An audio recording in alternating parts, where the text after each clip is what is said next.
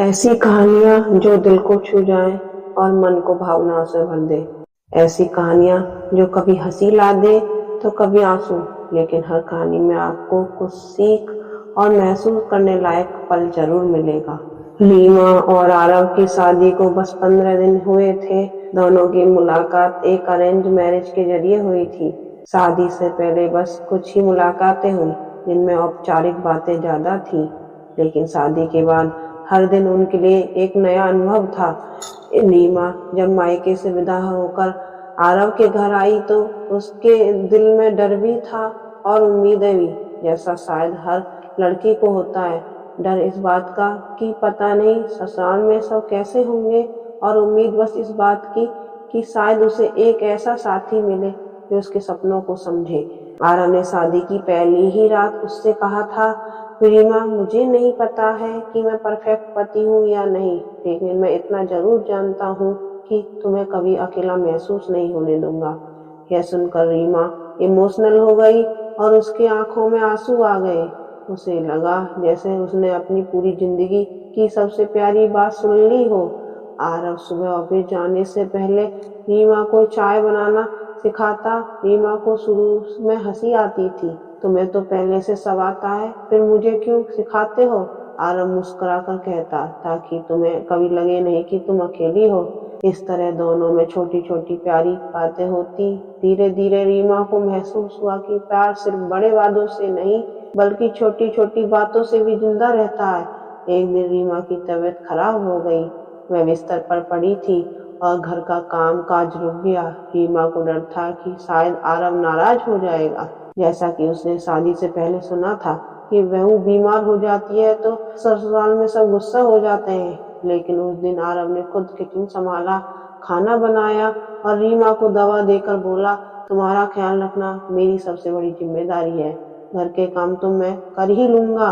रीमा को पहली बार लगा कि शादी सिर्फ समझौता नहीं होती, यह दो लोगों की साझेदारी होती है। शादी में दोनों यानी पति और पत्नी दोनों में सूझबूझ और एक दूसरे का काम साझा करने की अक्ल होनी चाहिए। रीमा बचपन से ही पढ़ाई के बाद नौकरी करने का सपना देखती थी, लेकिन शादी के बाद उसने सोचा कि शायद अब यह मुमकिन नहीं हो पाएगा। उसने कभी आरव से इस बारे में बात भी नहीं की, लेकिन एक शाम आरव ने खुद ही अचानक पूछा, रीमा, तुम्हें आगे पढ़ाई करनी है या जॉब करनी है? तुम जो भी चाहो, मैं तुम्हारे साथ खड़ा हूँ। रीमा ने हैरानी से उसे देखा, तुम्हें कैसे पता चला कि मैं यही सोच रही हूँ? आरव मुस्कुराया, प्यार करने वालों को ज्यादा बोलने की जरूरत नहीं पड़ती, उसकी आंखें सब कह देती हैं। उस रात रीमा ने पहली बार खुद को इतना आजाद और सुरक्षित महसूस किया। दिन गुजरते गए। रीमा और आरव का रिश्ता अब सिर्फ पति पत्नी का नहीं, बल्कि सबसे अच्छे दोस्त जैसा हो गया था। कभी दोनों साथ बैठकर पुराने गाने सुनते, कभी अचानक बारिश में भीगते और कभी देर रात तक भविष्य की बातें करते। रीमा को पहले लगता था कि शादी के बाद जिंदगी बंध जाती है, लेकिन आरव ने उसे समझाया कि सही इंसान के साथ जिंदगी और भी खुल जाती है। शादी सिर्फ दो लोगों का मिलन नहीं है, बल्कि दो आत्माओं की साझेदारी है। प्यार बड़े कामों में नहीं, बल्कि रोजमर्रा की छोटी छोटी परवाह में छिपा होता है। एक अच्छा पति या पत्नी वही है जो आपको आपके सपनों के साथ अपनाए और कभी अकेला महसूस न होने दे। अपनी मैरिज लाइफ को बेहतर बनाने के लिए सबसे पहले खुलकर बात करें। पति पत्नी अगर एक दूसरे से अपनी बात छिपाएंगे तो रिश्तों में दूरी आ सकती है। छोटी से छोटी परेशानी भी शेयर करें, एक दूसरे का सम्मान करें। सम्मान हर रिश्ते की नींव है। पार्टनर की पसंद, फैसले और सपनों का सम्मान करना जरूरी है। छोटी छोटी खुशियां बांटे। शादीशुदा जिंदगी में हमेशा बड़ी बातें मायने नहीं रखती। रोज की चाय, साथ खाना खाना, छोटी सी तारीफ, यही रिश्ते को मजबूत करती है। गुस्से में बात ना करें। मतभेद हर रिश्ते में होते हैं, लेकिन गुस्से में कुछ भी बोलना रिश्ते को चोट पहुंचा सकता है।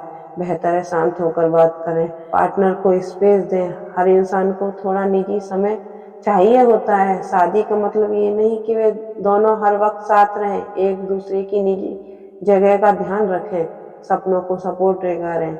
अगर पत्नी आगे पढ़ना चाहती है या पति कोई नया काम शुरू करना चाहता है तो उन्हें रोकने की बजाय सपोर्ट करें।